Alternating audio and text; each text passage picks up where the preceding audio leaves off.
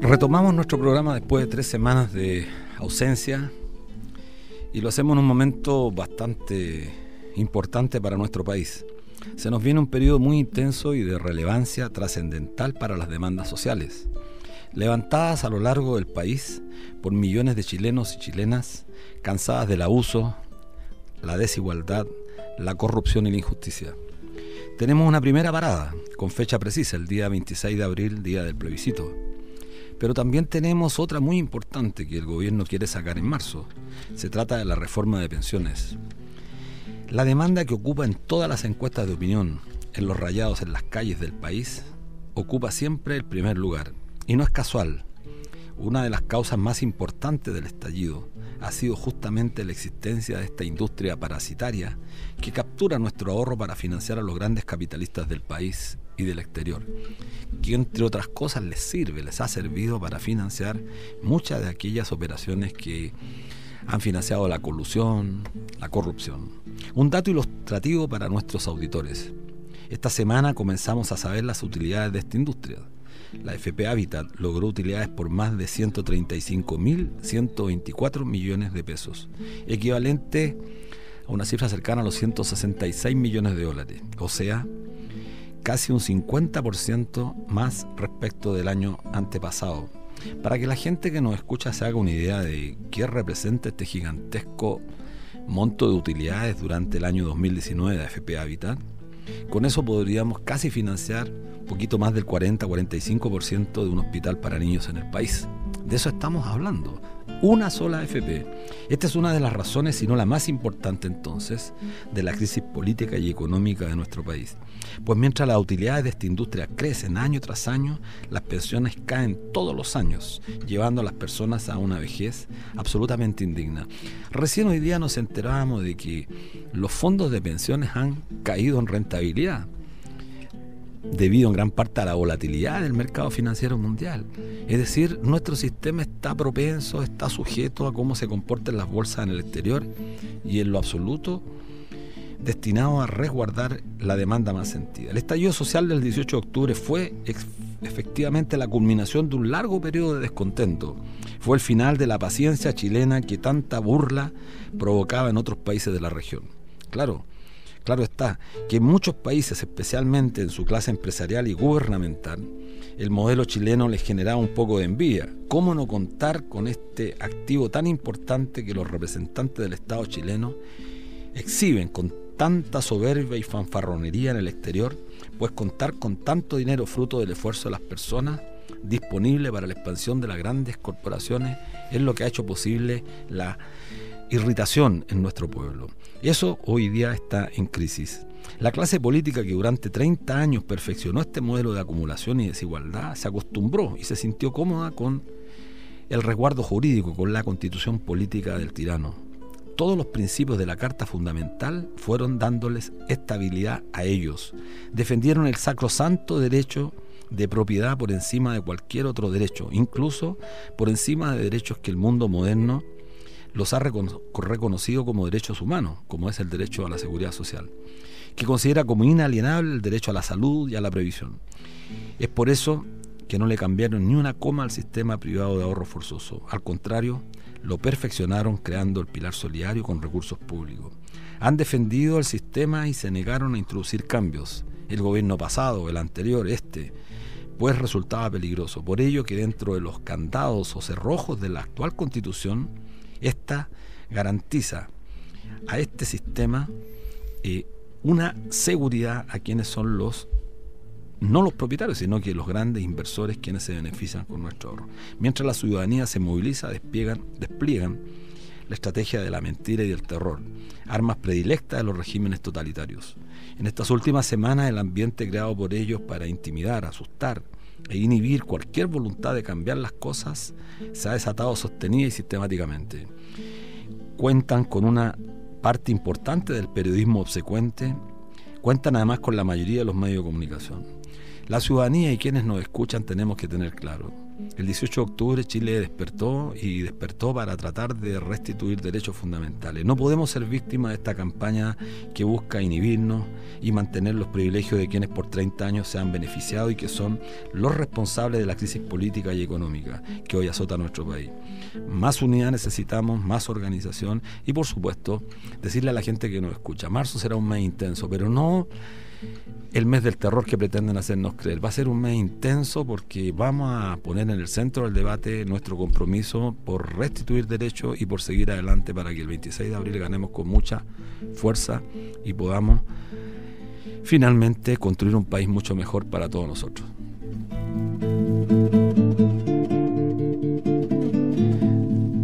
Bueno, estamos en el 102.5 Radio Universidad de Chile, Radio FM, a través de nuestra señal online, radiouchile.cl o @.canal. Y estamos con Miriam Campuzano, nuestra compañera que también nos ha acompañado tanto tiempo. Miriam, ¿cómo estás? Hola a todos los auditores, a ti Luis, qué bueno, qué buena onda volver otra vez al programa, este espacio que gracias a la radio que piensa, a la Radio Universidad de Chile en el 102.5 FM, nos abre a los dirigentes sociales, barriales, sindicales, a tener voz.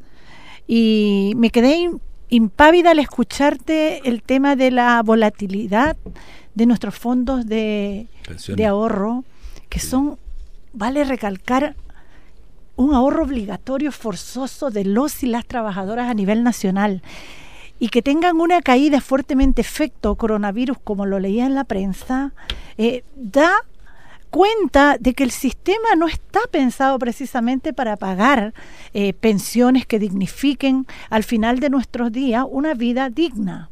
Y por tanto, lo que nos compete a los representantes de trabajadores, pobladores, a los mismos estudiantes que han tomado la batalla en sus manos, de que ellos creen y tienen la convicción de que otro Chile es posible, a la cual nosotros nos sumamos. La industria de las AFP se creó simplemente para crear grandes corporaciones financieras y solventar unos cuantos holding o las multilatinas, y por tanto la inversión que ellos hacen en políticos y en política es precisamente cimentar sus bases. Duele. Yo me creo una representante leal y fiel a los trabajadores del comercio y retail, donde sufrimos los salarios mínimos, los horarios de lunes a domingo, los horarios rotativos de lunes a viernes. Entonces, doloroso escuchar que nuestros ahorros están sujetos al vaivén de las bolsas de valores, a la cual nosotros no tenemos por qué saber de finanzas o de inversiones, y que el Estado y la Constitución de hoy no se hace cargo de una real seguridad social para los y las trabajadoras. Así que, Luis, bueno, agradecerte el espacio y bienvenidos otra vez a Canal Punto Social. Los esperamos todos los viernes a las 4 de la tarde en Radio Universidad de Chile, en este su programa. Bueno, sí, muy importante. Estamos, como decía Miriam, retomando una tarea que comenzamos el año pasado. En esta radio, la radio que piensa, la radio que es una alternativa a los movimientos sociales, y estamos en el programa Debate Social, y estamos con dos grandes invitados, dos compañeros que están también en la lucha por restituir derechos, por tratar de hacer la vida mucho más, yo diría, más protectora para la gente. Tenemos dos grandes invitados: Bárbara Rojas Labrín, vicepresidenta de la Confederación FEMPRUS, una confederación importante vinculada a los profesionales de la salud.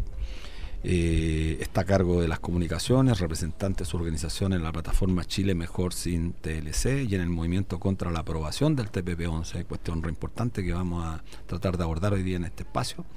Ella es administradora pública de profesión y una gran compañera que tenemos la suerte y fortuna de conocerla ya hace varios años en estas grandes peleas de las ligas mayores, peleando contra los tratados internacionales, que no es fácil. Y también está con nosotros Andrés Giordano, presidente del sindicato Starbucks, empresa donde cumple funciones de Coffee Master y supervisor. Es vocero del Frente Sindical No Más FP, músico de profesión, baterista de la banda de rock Motor Inmóvil en su tiempo libre. Bueno, también un gran dirigente, también lo conocemos hace varios años, así que vamos a estar con dos grandes representantes del mundo social discutiendo justamente de política social. La política no es patrimonio de los profesionales de la política, sino que muy por el contrario es una disciplina que desgraciadamente ha sido mancillada en los últimos años y ha sido capturada, una suerte de monopolización para algunos. Y tenemos grandes temas. Tenemos el tema de las pensiones, pero tenemos también el tema político. Tenemos un plebiscito el 26 de octubre.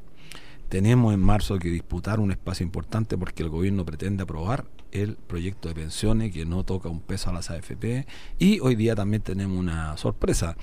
Nos hemos enterado de la renuncia no sé si la renuncia o la salida del cargo de ministra de Educación de la señora Marcela Cubillo, quien es, además, hay que decirlo, porque legalmente así entendemos, la señora esposa de Andrea Lamán, uno de los, yo diría, artífices de la política del terror y del pánico, un personaje absolutamente comprometido con la antigua tiranía, y nos va a parecer relevante discutirlo. Así que bueno, bienvenido, sí. Bárbara, bienvenido. Así es, pues hoy saludamos nuevamente a Bárbara Rojas y a Andrés Giordano, con quienes analizaremos, como decías tú, Luis, el momento político y social que vive el país, transcurrido más de 4 meses del estallido social, que nos tiene a puertas de un plebiscito constitucional que podría abolir una de las posibilidades, la Constitución instaurada por Pinochet durante la dictadura y validada por el gobierno de Ricardo Lagos. El proceso iniciado el 18 de octubre aún no ha terminado y es importante revisar entonces con dirigentes reales, genuinos y sociales como ustedes lo avanzado en esta lucha, que se ha evidenciado desde ese momento. Estamos frente a pocas certezas en realidad, y una de ellas es que el 26 de abril, como bien lo recalcaba Luis, tenemos este plebiscito que más de 40 años era impensable en la estructura política de Chile. Asimismo, de ganar la opción apruebo, debe pronunciarse sobre los mecanismos que se usará para escribir la nueva Carta Magna, si sería una convención mixta o una convención constitucional, con el 100% de convencionalistas o convencionales elegidos. Pero también el mes de marzo, como lo decía Luis, entonces por eso nosotros queremos escucharlos a ustedes, que tienen la voz de los trabajadores sencillos, comunes, cuál es su visión respecto, como generalmente, para entrar a la particularidad. Bueno, Bárbara, cuéntanos, ¿cómo han sido estos 4 meses del estallido? ¿Cómo lo están viviendo? ¿Cuáles son los planes que tenemos para el presente año? Bueno, muchas gracias por la invitación. Refiriéndome al tema del estallido, bueno, para nosotros desde el mundo sindical y en especial desde el ámbito público, funcionarios y funcionarias públicas, este estallido podemos decir que también nos toma un poco de sorpresa, si bien es cierto el movimiento y las demandas que se expresan hoy día y que están en la calle estaban puestas sobre la agenda, sobre las demandas, sobre nuestros petitorios. Nos tomó de sorpresa el arranque, el 18O, como se dice.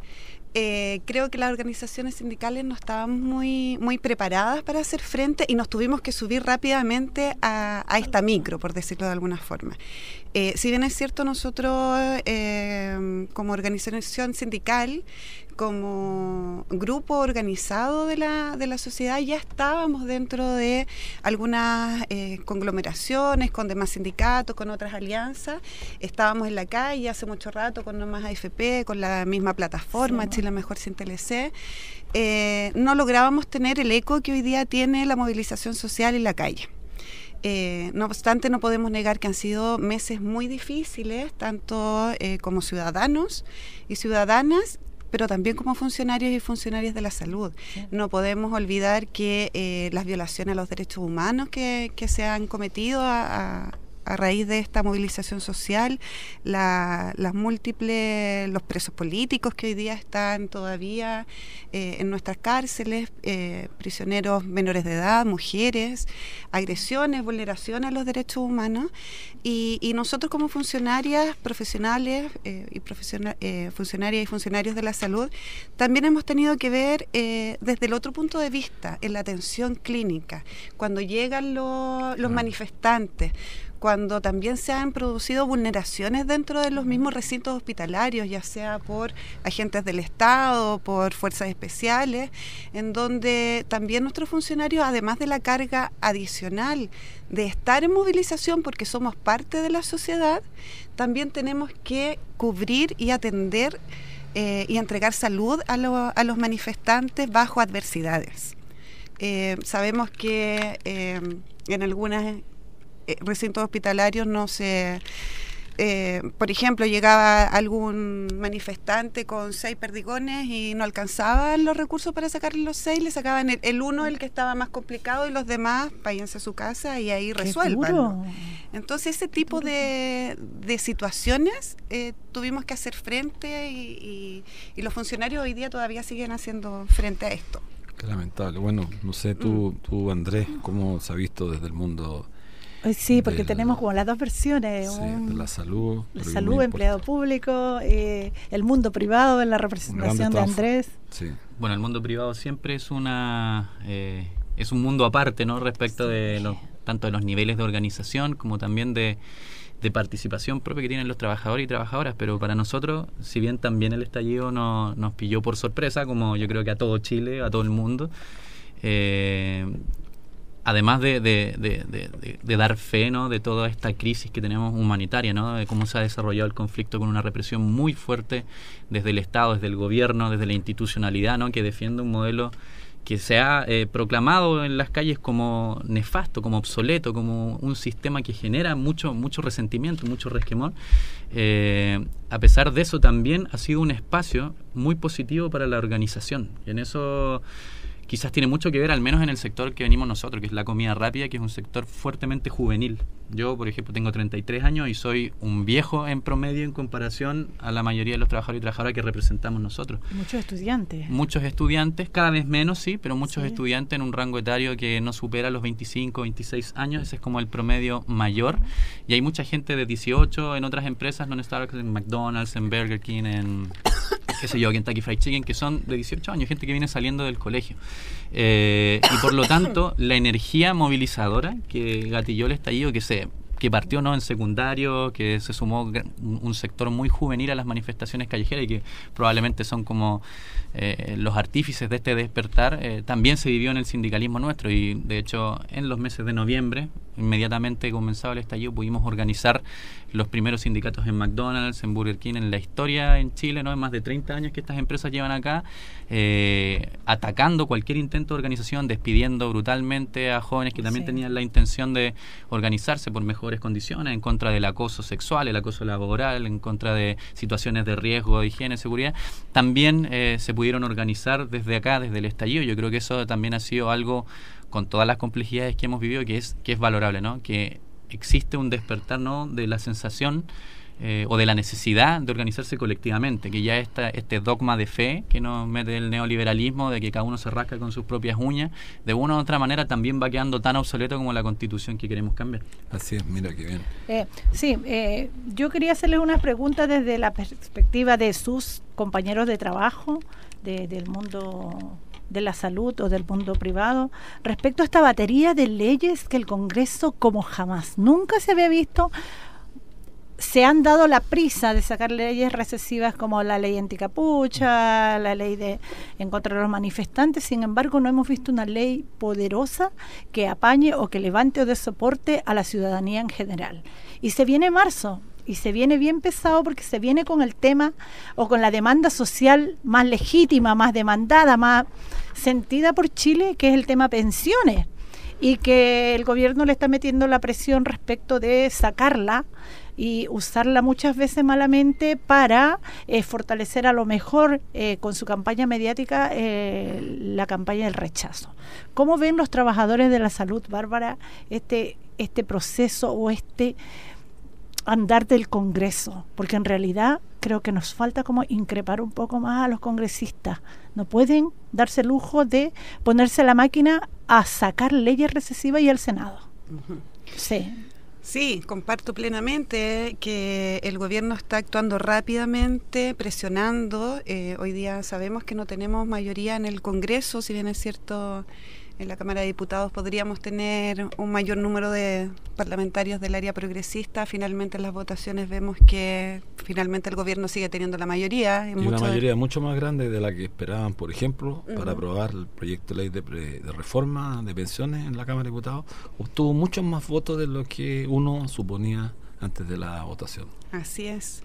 Y eso nos preocupa enormemente porque, por ejemplo, en el área específica de salud, el proyecto de reforma de FONASA, que se está vendiendo como una gran solución al sistema, en la práctica nosotros nos hemos manifestado desde el inicio de esta iniciativa de ley en que no viene a solucionar nada. La verdad es que profundiza aún más las desigualdades en salud, porque el proyecto de FONASA lo que hace es generar una nueva institucionalidad en donde FONASA va a tener más poderes plenipotenciarios. ¿Y por qué lo decimos así? Porque hoy día los directores de servicios son quienes tienen la potestad, por ejemplo, de gestionar la red, en el sentido de que si con mis insumos, con mi infraestructura, con mis recursos no podemos hacer frente a las necesidades, buscar la alternativa dentro de la red o en la macro red o en la red nacional, siempre dentro del sistema privado, público como primera opción y luego como el sector privado. Pero hoy día esa función va a cambiar a una dirección, a una gerencia en FONASA, que va a estar institucionalizada a nivel central, donde se va a perder el punto de vista territorial, geográfico, epidemiológico de las zonas, la oferta y la demanda de cada una de las áreas. Y lo que hace este proyecto de ley es entregar la seguridad de atención en prestaciones que hoy día no están aseguradas a través del GES, que son las patologías no GES, pero inyectando mayor recurso en el sector privado y nada en el sector público. Entonces se repite la lógica esta. Profundiza aún más el sistema. Y se vende como una solución al sistema de salud y la verdad es que totalmente lo contrario. Bueno, ese es el problema grave que ha reventado en estos 30 años, el 18 de octubre, y que fuimos sorprendidos también la semana pasada con esta suerte de... Se desempolvaron algunos sujetos que estaban medio momificados ahí de la ex nueva mayoría y aparecieron planteándonos una suerte de acuerdo para un nuevo pacto social, los mismos que durante tanto tiempo fueron los responsables justamente de profundizar la privatización de los derechos sociales particularmente. Pero yo quería abundar más en el tema. La derecha actúa como un bloque defendiendo su interés y lo hace monolíticamente, como suele hacerlo durante mucho tiempo. La democracia nunca ha sido su arma predilecta, la han usado cuando les ha servido, durante 30 años la utilizaron, pero cuando se dieron cuenta que ahora no les servía mucho, empiezan a desarrollar esta campaña del terror, de la violencia, que yo creo que en gran parte está instigada por ellos, y preparando un ambiente que es más bien una psicosis, que marzo va a ser el mes del terror, del saqueo, de la violencia. Bueno, uno lo ve en las grandes corporaciones financieras en el centro de Santiago, el comercio, blindando las entradas como que si aquí vamos a enfrentar una guerra. Y creo que nosotros tenemos que ser, somos los 4 que estamos acá, dirigentes sociales, absolutamente responsables con esto. Porque no puede ser que esta presión, este chantaje de la violencia termine inhibiéndonos de los legítimos derechos y aspiraciones que hemos planteado durante tanto tiempo y que desgraciadamente terminó resultándole una estrategia útil a la derecha en el Congreso. Porque el Congreso ha estado votando prácticamente todas las leyes de Piñera. Y eso se explica porque los propios congresistas han reconocido que han sido subyugados por el poder dominante, en este caso los grandes representantes del gran empresariado. Así que te pregunto, ¿cómo ves el problema político, Andrés? Que no es el tema directamente relacionado. Nosotros somos actores políticos, estamos en el mundo social reivindicando derechos. Las diferencias, esta izquierda fragmentada, que no solamente está dividida, además una izquierda bastante... no sé cuál es el calificativo, una izquierda que no tiene prestancia, no tiene postura, no tiene posición, no sale a debatir, no sale a defender lo que ni siquiera estamos hablando de grandes postulados, estamos hablando de las cuestiones más elementales. Sí, bueno, yo creo que eso es la realidad del Congreso, cómo se ha manejado un poco la dirección que ha otorgado el Ejecutivo a su agenda legislativa y cómo ha tenido eso con el Congreso. Al final yo creo que es un poco reflejo o simbólico de ese 3% de respaldo que tienen. A la larga son una institución que es funcional al modelo, y ahí el problema está que oposición más o oposición menos versus el oficialismo, realmente hay una mayoría ideológica por el neoliberalismo. en la institucionalidad. Y eso es algo que para nosotros es un gran problema, porque cuando se trata de defender los postulados o las máximas sobre las que se sostiene el modelo, que como lo dijiste tú, Luis, creo yo en simple es la privatización de todos los derechos sociales, hay un equipo ahí incluso de pseudo autoproclamados progresistas que ponen la cuota de defensa en todas estas iniciativas, y lo hacen además de la mano de esta agenda muy represiva, porque ven en la institucionalidad la solución a todos los problemas. Se me viene inmediatamente a la cabeza esa frase que lanzaste tú en algún momento, que causó tanto revuelo en los medios y que tiene mucho que ver con que existen todavía personas que no se atreven a cruzar la barrera respecto de lo que se considera posible, ¿no? Y eso en la misma izquierda. Entonces ahí tenemos un problema mayor. Por otro lado, también la izquierda en sí misma, como ente abstracto, tenemos una dificultad. O sea, nosotros lo vemos en nuestros ensayos como construcción de un sindicalismo nuevo, un sindicalismo juvenil, que existe un rechazo potente hacia toda la institucionalidad antigua. O sea, hemos hecho distintos ejercicios para ver qué están pensando los jóvenes y jóvenes que hoy día trabajan, que están en el mundo del trabajo. La verdad que no se identifican ni con derecha ni con izquierda, están desencantados de todo, desconfían incluso de organizaciones que a la larga están intentando generar desafíos, y por eso también es para nosotros muy importante poder ayudar a tener ese salto cualitativo en términos de reflexión del Chile que queremos. O sea, si no reflexionamos colectivamente sobre lo que estamos haciendo, tenemos un problema mayor, y eso en las organizaciones sindicales a veces se nos queda detrás, ¿no?, de las expectativas, y terminamos avanzando sobre todo en términos de dirigencias, pero nos olvidamos que son abajo los trabajadores, las trabajadoras de carne y hueso los que están poniendo ahí el ejercicio en el día a día, en las calles, en las movilizaciones.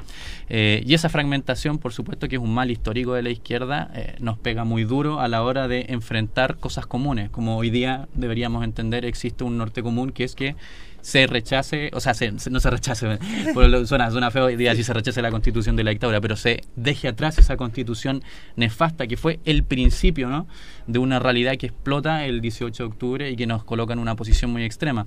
Pero ahí también tienen que estar los ejercicios centrados, ¿no?, desde el sindicalismo, en cómo logramos invocar a esa masa que se quiere movilizar, pero que tiene profunda desconfianza. De repente relacionan al movimiento social con la institucionalidad, que es una de las, creo yo, de las asociaciones más injustas que pueden haber, porque a la larga son los movimientos sociales los que han intentado de manera organizada posicionar esas demandas que en la calle aparecen sin una articulación, sin un liderazgo, sin una cara visible que uno pueda decir, bueno, con quién se puede tener un diálogo que represente a esas mayorías. Y ahí está un poco también el desafío, entonces, cómo construimos esa unidad, primero desde los movimientos sociales, y segundo convocando a esa inmensa gente que está esperando una respuesta diferente, no solo de parte de la institucionalidad, sino de quienes nos estamos movilizando con nuestras organizaciones. Sí. Bueno, estamos en la radio Universidad de Chile, la radio que piensa, en el 102.5 FM. Miriam, nos vamos a una pequeña pausa comercial y regresamos. Sí. Estamos de vuelta con nuestros tremendos invitados, Andrés, Bárbara, y la noticia del día, pues, esta renuncia, este cambio de gabinete en el Ministerio de Educación. Renuncia con elástico. Claro, esto como que sí, que no, en una ambivalencia, pero bueno, la señora Marcela Cubillo, que también fue rostro juvenil en la época de la dictadura por el sí, ahora abandona la cartera, no se sabe si va al segundo piso del gobierno, de la moneda, o si va a hacer la generalísima la campaña por el rechazo. Pero yo creo que viendo el tema se cumple algo de lo que la ciudadanía pedía, que era que renuncie, que se vaya, que se fuera. Pero no sé en mi cabecita si es mejor la medicina que la enfermedad, porque la sigue Raúl Figueroa, un abogado de la Católica, también trabajó en el Ministerio de Educación en el gobierno pasado de Piñera, enemigo total de la educación pública, y no sé a ustedes qué les pareció la noticia, cómo lo tomaron hoy, ¿supieron algo? Sí, bueno, yo creo que en realidad hay, de una u otra manera es una noticia que hace eco de un sentir, y en eso lo expresó claramente el Colegio de Profesores a través de Mario Aguilar. Es una buena noticia para el gremio en general y para los estudiantes, imaginamos que también para las y los estudiantes. Sin embargo, como dijo Luis, todos estos enroques al final terminan siendo parte de un circo mediático más que nada, también ya lo hablamos, es la esposa del artífice de la campaña del rechazo más terrorífica, la que plantea poner en el voto básicamente el rechazo versus Chile sola, que es como un fetiche terrorífico que tiene un sector de la derecha económica y que lo plantea como manera de generar sus políticas, que es realmente problemático. Entonces la verdad que lo más probable es que ahí hay un pensamiento más político de dar una señal hacia la ciudadanía que se va a estar movilizando, pero efectivamente cambiando la pieza para poder después articularla de otra manera. No me cabe duda que Marcela Cubillos va a aparecer como la mano derecha de su marido en la campaña del rechazo, y además lo que tenemos de vuelta es como cuando uno mata a la serpiente y aparece una peor. Tenemos a un tecnócrata conocido por criticar la gratuidad, por ser un férreo enemigo de una educación pública gratuita de calidad. Ha estado además frente también a los profesores y profesoras en negociaciones que fueron muy complejas y que además tuvieron la atención antes del estallido, donde pudimos ver un gobierno que pretendía hacer valer una agenda represiva en el marco educativo también, que eso venía de antes del estallido, con el aula segura, y luego también con los mecanismos totalmente enmarcado en el modelo de la admisión justa. Entonces, un defensor de esas categorías difícilmente va a poder estar a la altura de lo que se está demandando en las calles, lo que está demandando el movimiento estudiantil y también, por supuesto, el gremio de los profesores y profesoras. Pero esta parejita de Alaman con Cubillos son como la pareja de las contradicciones. Recordamos también que ellos fueron conocidos por oponerse a la ley del divorcio y fueron los primeros en utilizar la ley. Entonces tiene credibilidad. ¿Para dónde apunto? Si bien la renuncia o la solicitud del cargo, como haya sido de Cubillos, realmente aporta una señal, porque visto desde el mundo social, yo creo que eso es peor, porque sacar a la mujer más rechazada del país, que el pueblo no la quiere, que los estudiantes no confían, que el gremio de la educación público-privado tampoco confía, y ponerla a la... O sea, la cara visible de la campaña. De la campaña del rechazo. Sería muy bueno que lo hiciera. No sé si será, pero este gobierno se caracteriza por hacer... Sí, yo creo que no están haciendo el favor, la verdad, en ponerla como la primera cara. Y que en realidad esta renuncia finalmente no significa mucho para la movilización, para la calle, da lo mismo, porque la persona que está quedando o es igual o de las mismas características, tiene el mismo perfil. Así es que esta señal, una señal de equivocación una vez más, creo que está pasando con este cambio de gabinete. Yo, sin embargo, además también creo que no sería inusual, a pesar de que podría ser que estuvieran haciéndole el favor a la campaña de la PUC poner a un personaje con tanta desaprobación. Sin embargo, no podemos olvidar que quien está liderando la campaña del rechazo, ¿no?, que es Alaman, era un personaje que además apareció aprobando inicialmente. O sea, esa contradicción no se queda solo en la ley de divorcio, sino que también en otras iniciativas políticas. Por lo tanto, no me parecería extraño en realidad que pudiera adquirir el mismo nivel de protagonismo. Importante eso que recuerda Andrés, porque, bueno, Barra también hace mención, porque Andrea Alaman encabezaba una campaña cuyo eje fundamental de la propaganda es que no es necesario modificar la Constitución, porque podemos hacerlo rápidamente modificando con urgencia ciertas leyes importantes que el pueblo demanda. Pero hay que recordarle a los auditores que cuando en el gobierno pasado se intentó modificar la norma laboral que permitiera, por ejemplo, a los trabajadores acabar con el privilegio que tenían los trabajadores en estos grupos negociadores, fue uno de los primeros que recurrió al Tribunal Constitucional. Y permanentemente Andrea Alaman ha recurrido al Tribunal Constitucional cada vez que él ha sentido, en representación de los grandes grupos económicos, ciertos perjuicios, ha recurrido al Tribunal Constitucional para negar las leyes. Pero mire, la opinión pública, la mejor prueba que vamos a tener es que en marzo va a tener que votar. Él va a tener que votar con el diputado Charpe, que también es uno de los diputados activos en esta campaña del terror. Van a tener que votar si mantienen a las AFP o están derechamente por mejorar las pensiones, avanzando hacia ingredientes importantes de solidaridad en el sistema, que es lo que la gente demanda. Así que yo creo que la verdad se va a reflejar en las próximas semanas. Yo quería hacerle una pregunta a Andrés y a Bárbara, que la gente también la formula con cierta preocupación, pero también con cierta justificación. ¿de qué sirve ganar si siempre ganan ellos? Recordando la vieja consigna esta del 5 de octubre del año 88, ganó el no, pero se aplicó toda la política del sí. En las elecciones pasadas ganó una mayoría a la oposición y sin embargo Piñera tiene no solamente mayoría circunstancial, tiene mucha más votación de la que tuvo Bachelet cuando tenía oposición. Entonces la gente termina eligiendo a estos personajes para que les representen y terminan votando a favor de leyes que son no solamente espurias, son leyes abiertamente contrarias. Entonces, ¿cómo garantizamos que este proceso abierto, que podemos cuestionarlo, pero habría una pequeña luz de esperanza de cambiar la Constitución? Y el 26 tenemos una meta. Bárbara, ¿cómo lo ves en esa dirección? Yo creo que lo importante acá es ganar y ganar con una fuerte mayoría. Que no sea una diferencia menor, sino que arriba del 70%, ojalá que se gane bajo el mecanismo de convención constitucional. Y es por eso que en esta primera etapa los esfuerzos tienen que estar muy reforzados hacia el plebiscito del 26 de abril y después lo programático. No obstante, y llevándolo a mi sector, nosotros, si bien es cierto, el cambio de constitución ha sido una lucha que hemos tenido hace muchos años. Desde el 2013 nosotros recordábamos que ya teníamos dentro de nuestra orgánica trabajo en el área que en su momento se llamó Asamblea Constituyente, donde hicimos taller de monitores, sacamos distintos votos políticos, porque tenemos la claridad absoluta de que la única forma de cambiar el sistema de salud en Chile es cambiando la Constitución. Y eso pasa en pensiones y pasa en los derechos fundamentales que tenemos los seres humanos y que hoy día no se garantizan bajo esta carta magna.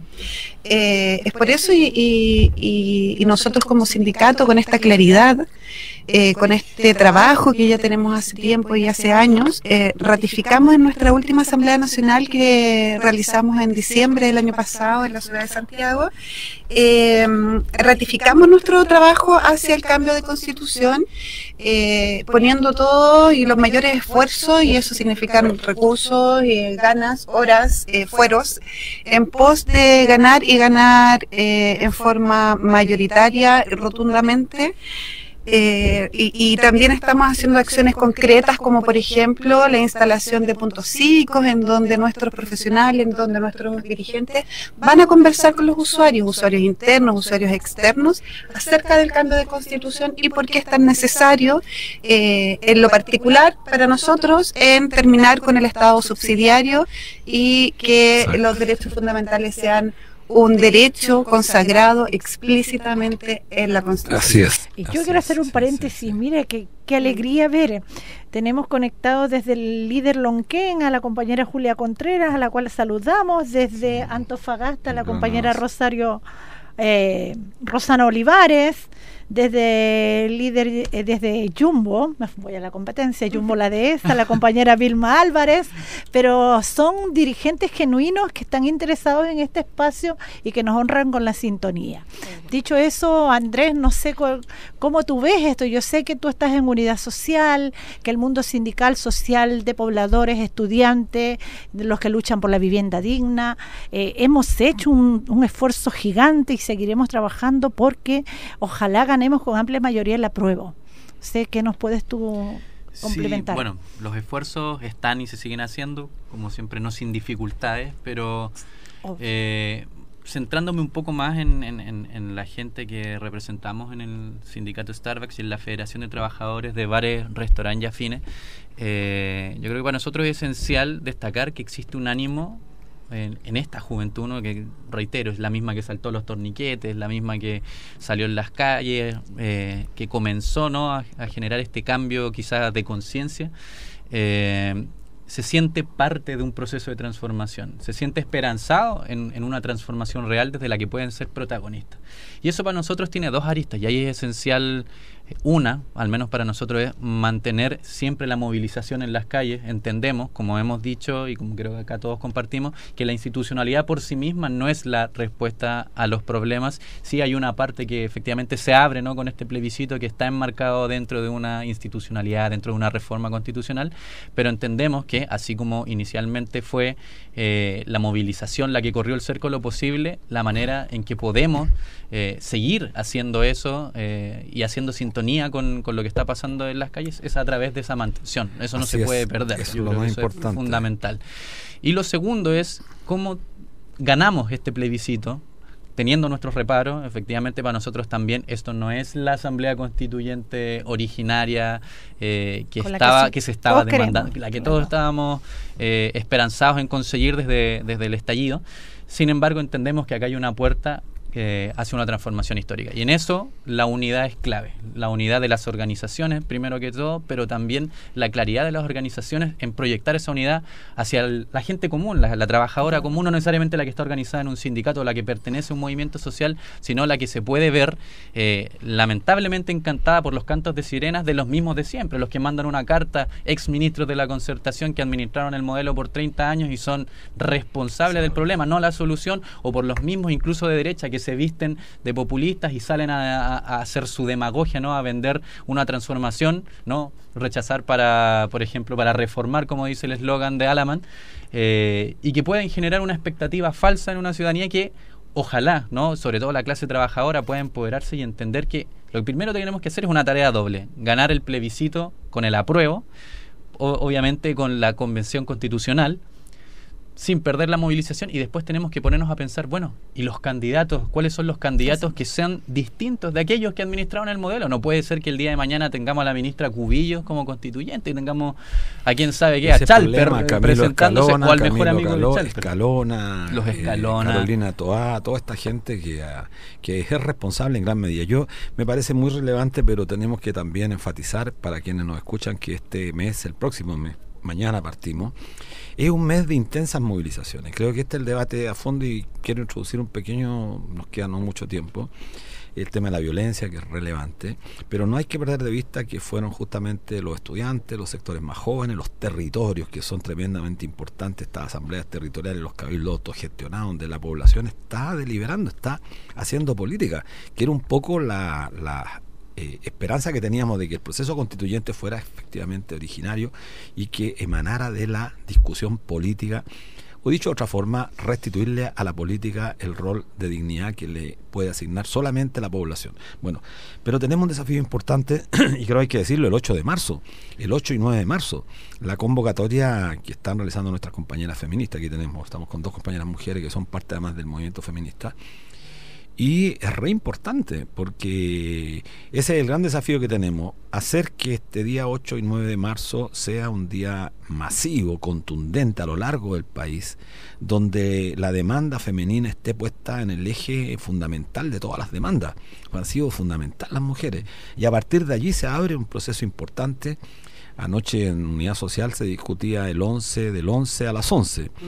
El próximo 11 de marzo, después de la gran movilización que esperamos sea mayoritaria de las mujeres, viene una jornada intensa de manifestaciones, y esto lo engarzo inmediatamente con la violencia.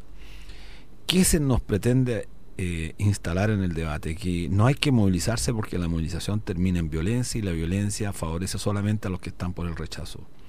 Hay que decir con mucha fuerza: nosotros tenemos que mantener la movilización activa, y tú lo dijiste muy bien, con las organizaciones genuinas. Aquí somos dirigentes de organizaciones genuinas, y efectivamente la violencia es la violencia que desatan, curiosa y extrañamente, personajes siniestros que nunca son detenidos.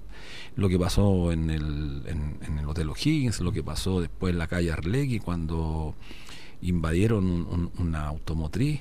Bueno, ¿dónde están los responsables de esos actos que no guardan relación con la demanda del movimiento social? El movimiento social irrumpe. La violencia ya fue una característica que tomó el 18 de octubre, porque todo proceso de rebelión siempre es violento, pero si eso es absurdo pretender negarlo. Pero ahora viene el momento político, y el momento político tiene que ser de mucha unidad, de mucha organización. Y yo quería invitarlos, Bárbara, a que lo veamos, porque además tenemos otro desafío, y tú has sido destacado, yo te conocí en esa onda. Es la lucha tuya por el tema de los tratados de libre comercio, y especialmente por el TPP-11, que si se llega a aprobar en el mes de marzo, como también quiere el gobierno, es una de los grandes obstáculos que nos dejaría la propia Constitución, porque es una de las condiciones que no se modifiquen los tratados de libre comercio. Sí, claro. Ahí tenemos que tener claridad también en la supremacía de la ley.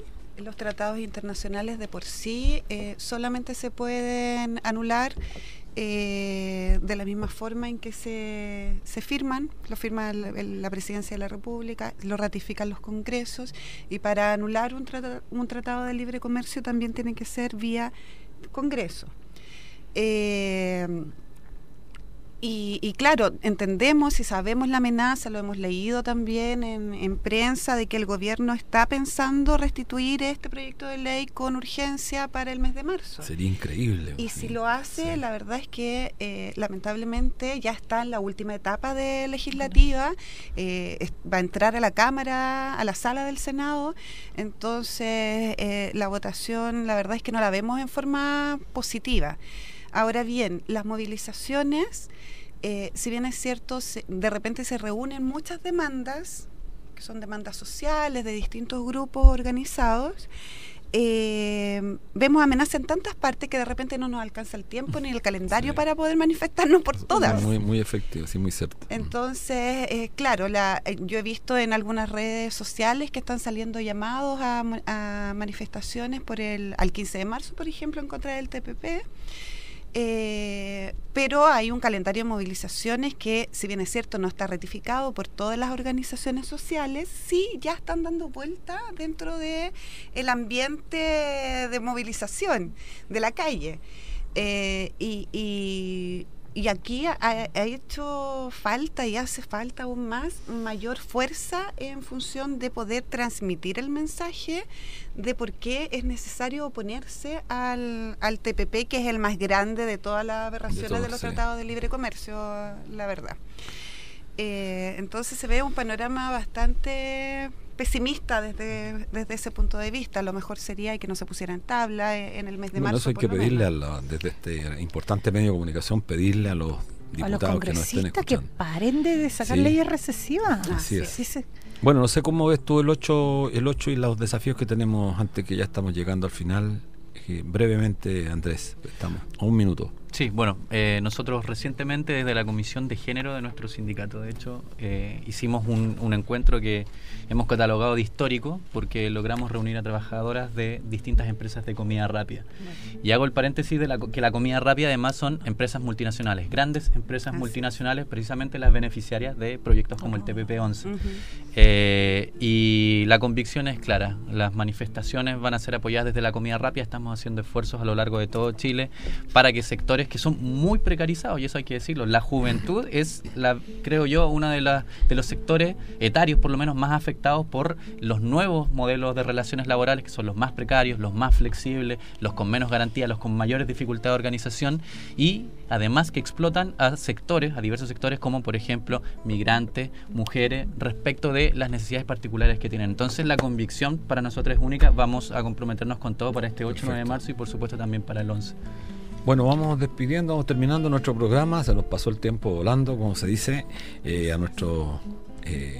yo antes de despedirme queríamos que desde este programa solidarizar con Daniel Jadue. Él fue atacado y los que se dicen pacifistas no se han manifestado. Pues, en la mañana también estaba viendo que el sobrino de Carla Rubilar también estuvo en un efecto, fue violento en una manifestación de su bloque y ahí calla, la gente de gobierno calla, así que toda nuestra solidaridad. Bueno, nuestra solidaridad con ellos, efectivamente, y decirle a todos que estén preocupados porque los especialistas de Wall Street hoy día nos anuncian un panorama absolutamente negro para el presente año en materia de rentabilidad de los fondos de pensiones, y razón más que suficiente para decirle a los congresistas que hay que acabar de una vez por todas con las AFP, un sistema que no garantiza pensión. Así que muchas gracias, Bárbara, muchas gracias, Andrés. Un abrazo a todos nuestros auditores.